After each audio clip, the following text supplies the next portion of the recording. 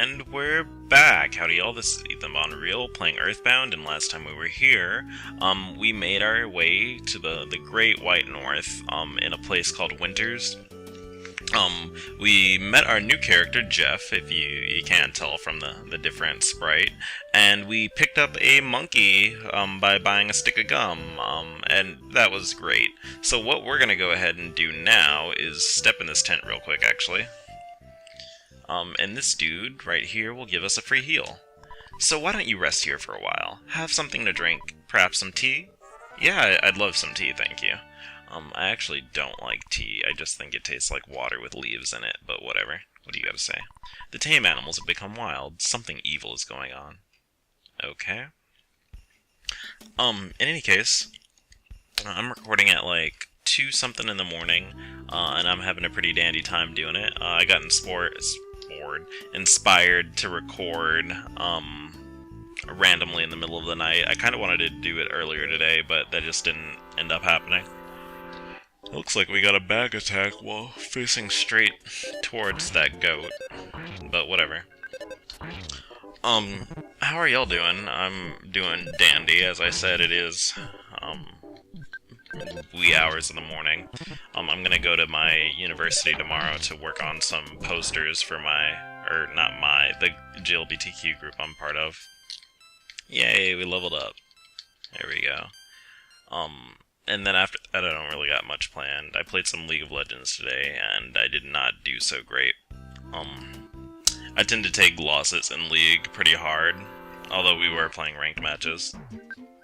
In part because I'm kind of a perfectionist in some regards, and I can take losses gracefully, but it eats me up on the inside. And it makes me kind of sad, because I don't like feeling like I didn't know, like there was nothing I could do, or I hate feeling like that slippery slope where I just know that everything's falling apart, and that, we're just hanging on by our,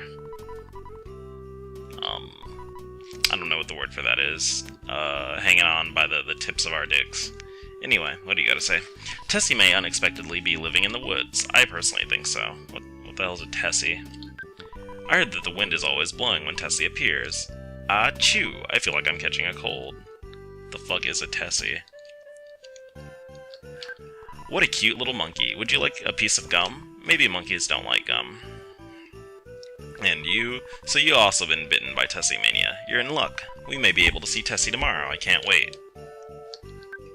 Oops. You're right. We're here at Lake Tess, waiting to see Tessie. We're also known as the Tessie Watching Club.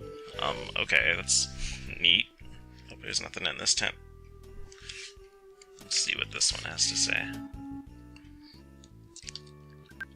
I'm the cook for the Tessie Watching Club. How about some stew? Sure, thanks. There's no need to pay me. Alright, that's my kind of food. It's free and delicious. You are a friend who I've never met before. Jeff, head south. I am Paula. If you hear this message, go to the south. Working through the night, Jeff fixed the broken spray can. After being fixed, the broken spray can became the defense spray. So that's a neat little perk of Jeff, is that he can repair the broken items in his inventory overnight when he takes a rest. And, oh hey, it's morning. And they can become neat, usable items for him to use in battle, and that's kind of neat. That's a really neat touch to this game, and I just said neat like 1,000 times. In its way, I guess we should go over here then.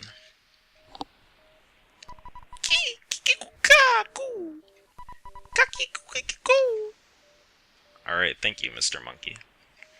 Or you could be a lady monkey, too, I don't know. I'd have to see if your butt got all big and estrogynous when it was that time of monkey year. Anyway, yeah. Part of the reason why I'm recording is I wanted to finish up the discussion I was having at the end of last episode, about friendships amongst gay men.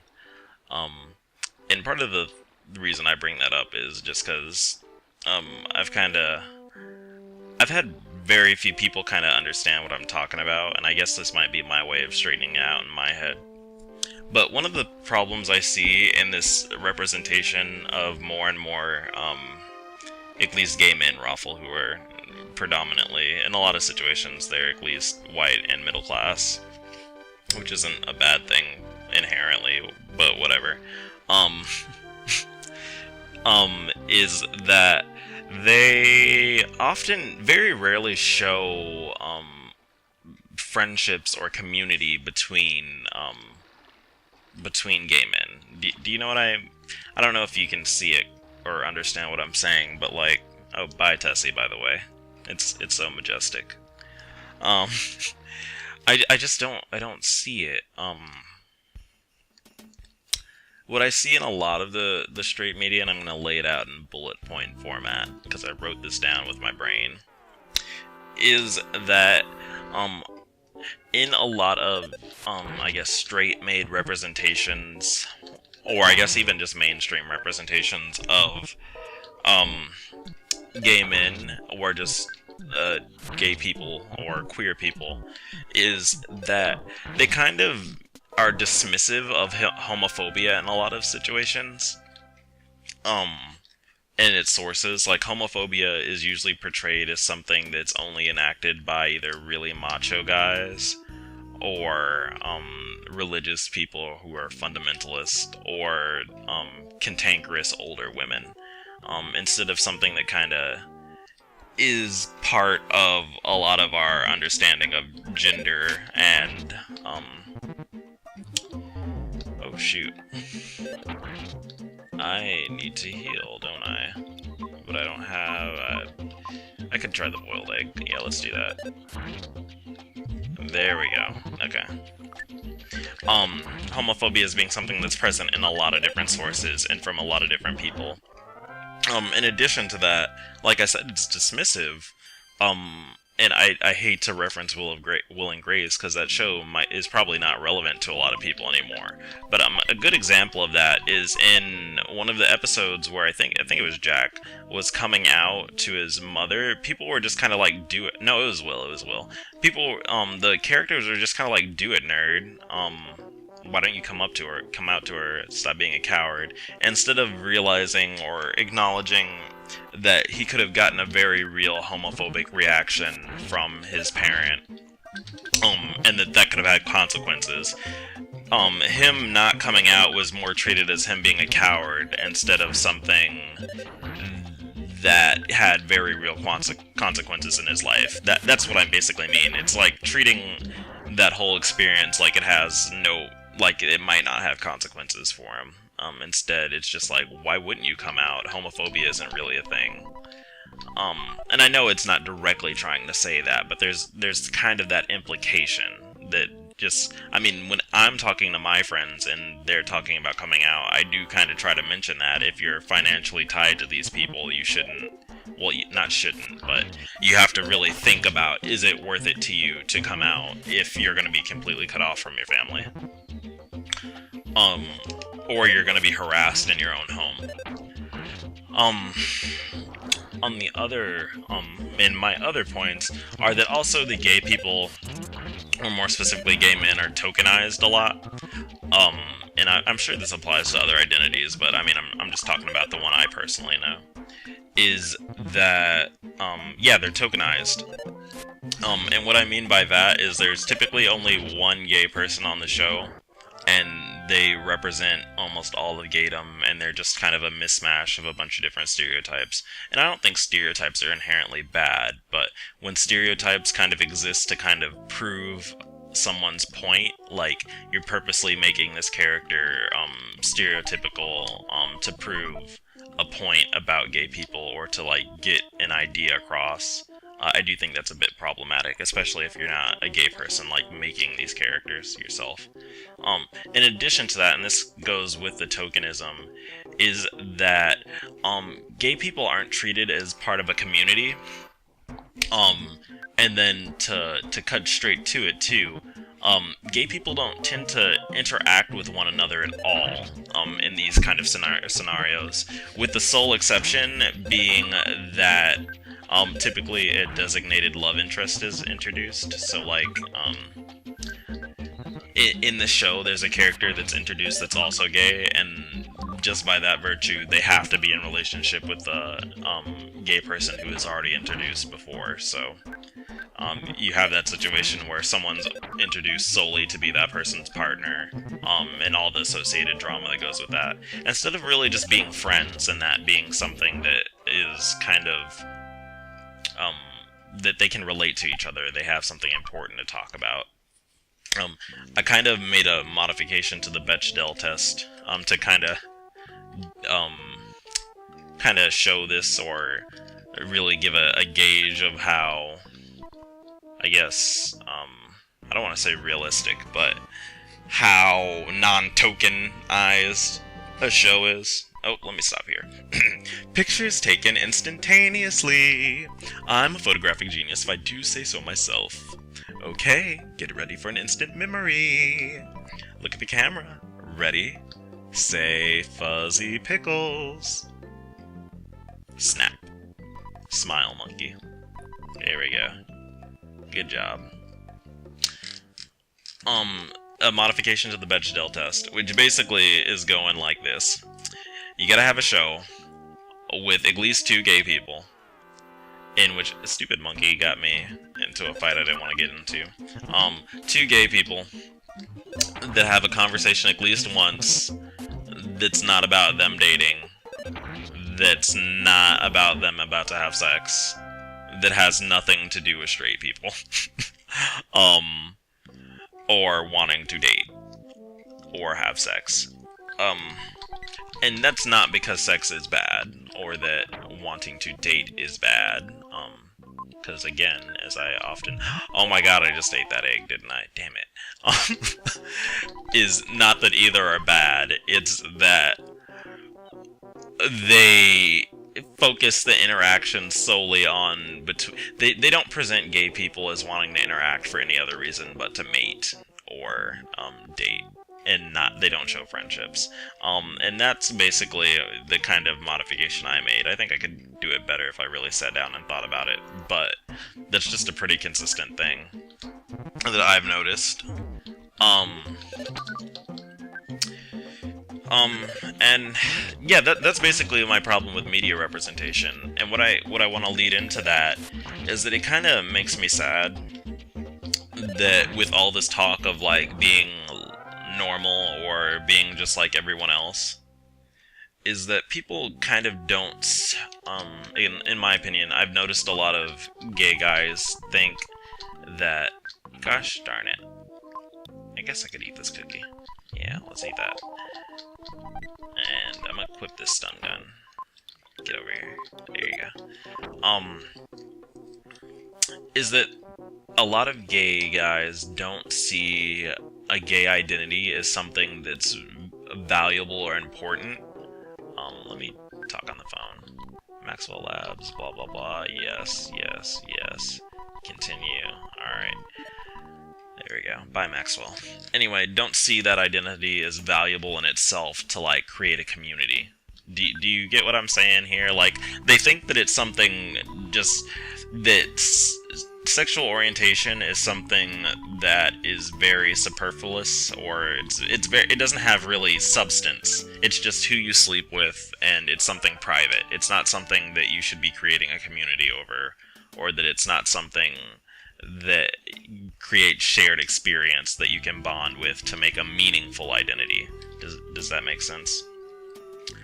And that makes me sad, although I'm biased because I personally had an experience. Or, as I said last episode, my experience was that I met gay people, or gay men, or I guess really gay adolescents very early in my life. And we created a community where it was pretty great. It's not like we were like living together, or like a communal living. I'm in part maybe embellishing a little bit, but we created a form of community, and we found out that we had a lot in common in terms of shared experience, and that's what I really think we're kind of losing out on in this talk of normalcy, and it makes me a bit sad. And that's why I kind of related the media stuff to it too, is that I feel like a lot of gay guys are really dismissive of their experiences with homophobia or just the fear of homophobic practices being enacted on them as being something to bond over. Like, do I have any cookies in my inventory? I have a bread roll, pack of gum, insecticides. Yeah, I don't. Nah, I'm good. Don't need the hamburger. Oh god. Anyway, going back, what a lot of gay guys feel, or don't, sorry, I'm getting a bit sleepy, a lot of gay guys don't really see their experiences with homophobia as being something to create an identity over, or something to even really acknowledge. I've noticed, that's really weird to me, is that people who, like, have a history of, crying themselves to sleep because they fear people. Oh my god, I just called you. I literally just called you. No. Oh, yeah, I'm not Ness, by the way. Get out of here. Ness's dad. Anyway, it's weird to see that people who've cried themselves to sleep because they have a fear of everyone hating themselves don't think that experience right there of being scared and alone is not something that is significant or an important part of who they are. That fear of rejection hasn't in some way had an effect or is part of their life. So I just really wish that people could see that as valuable. That's not to say you have to, or that it's just they're faking or lying. It's just that I think society does kind of a good job at teaching people not to really value that experience. Like, they say you shouldn't value things that are innately a part of yourself. You should value things that you've achieved, but at the same time, I think that surviving or just keeping on with life. Oh, hey, strutting mushrooms. Keeping on with life when you're facing this oppression and when you're feeling very alone like that, that's something valuable in itself, and I really, truly do believe that. And what I would like to see, I guess, is more of a representation of, really just queer people in general supporting one another, and not really being so focused on proving normalcy or emphasizing sameness instead of get out of here, cookie. Yeah, got items. Need to heal real quick. Instead of just emphasizing how normal we are, saying that, well, we are for the most, well, some of us for the are kind of similar to y'all. Logically, a lot of us are raised by people who are straight and therefore normal in air quotes. But on the other hand, that we do have very different and real experiences that are not only part of our past but still affect our lives or are part of our lives right now. And that's what I really want. And what I kind of see as a symptom of not thinking this way, and this is, I guess, totally my opinion, although it's my channel and I can say what I want, is that I kind of have noticed that a lot of gay guys have very little affection towards other gay guys, or rather, homosexuality or being gay as an identity. They just have very little affection for it. Like, they don't think that being gay in itself can be something valuable, as I said before. Or, I'm not going to fight that other mushroom. I've already... What the hell? Whatever, we'll see what's up here. Or that they just don't have affection for their, I guess, almost their history as a people. Like, they just think that it's a thing. Like, it makes me kind of sad that a lot of people I know now don't really question who their activists are, even. Like, that's a very interesting thing. Who do you viewer, come here, listen to me. Do you know who is representing you as a gay guy or lesbian woman or bisexual person of either of any gender, or just anything as a queer person? Do you know who's representing you as queer to the people around you? Because a lot of people seem not to really care. They just kind of accept it. And I think that's personally problematic. Especially with this talk of being all the same. Where's... Oh, it goes on the arms. It's a bracelet ruffle. Good he didn't try to fight me. They don't really just care. They don't seem to think it's important. And it drives me Looney Tunes. It just absolutely drives me crazy. Get out of here, mushroom. I wish that people cared and thought that it was something important other than just proving that we're normal. But whatever. And at the other side of things, I mean, in my personal politic is that you don't even really need... I don't think that being the same as everyone else should inherently warrant, the dispensement of rights. So, like, people should not be getting rights only because they're the same as some group of people with power. People should not be stripped of rights just for being different in an arbitrary way, in my opinion. But that's just me, bros, and brodiettes, and gender-neutral bros. And what's a gender-neutral way of saying siblings? Oh god, how do I get up there? Oh, you know what I could probably do? I could probably have my pet monkey help me. Yes. Wow, I have really went on a long rant here. Get out of here. Yes, I will leave this cookie behind. That's probably why that gym is there, to kind of force you to stand in this area. I'm also getting annoyed fighting these things. I really just want to be done. Oh god. Oh god, that's not good. Time to cut the video. BRB. Alright, and we're back here. I went ahead and walked back, and I gained a few levels, and I repaired the broken iron into the slime generator. So we're gonna go ahead and test out my theory here with this monkey. Can I give you the pack of gum? Yes, it worked. I'm surprised they didn't automatically make the monkey do that, just because it's kind of easy to not know what to do there. Although I guess you had to experiment more in games like that. Oh god, that's a lot of mushrooms. Get out of here. Luckily, they only engage in fights of 2 or 1. They won't do 3 at a time. Get out of here, cookie. Alright. Actually, whoa. I guess there is a giant sparkly thing. I better check that out. Get out of here, mushroom. This could be a pretty good grinding spot, actually. No, I don't want to throw that away. That's an accident. No, oh my god.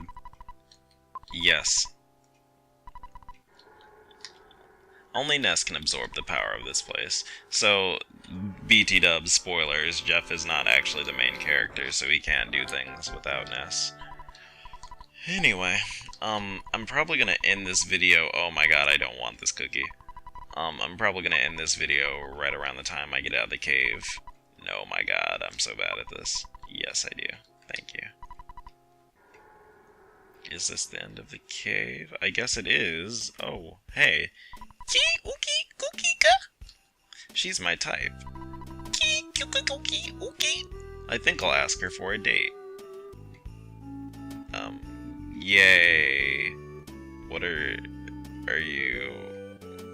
Stop monkeying around. I wonder if he's chasing her or they're just going somewhere by themselves. Oh god, my organs. I might die. These things are very dangerous. Can I run away from you?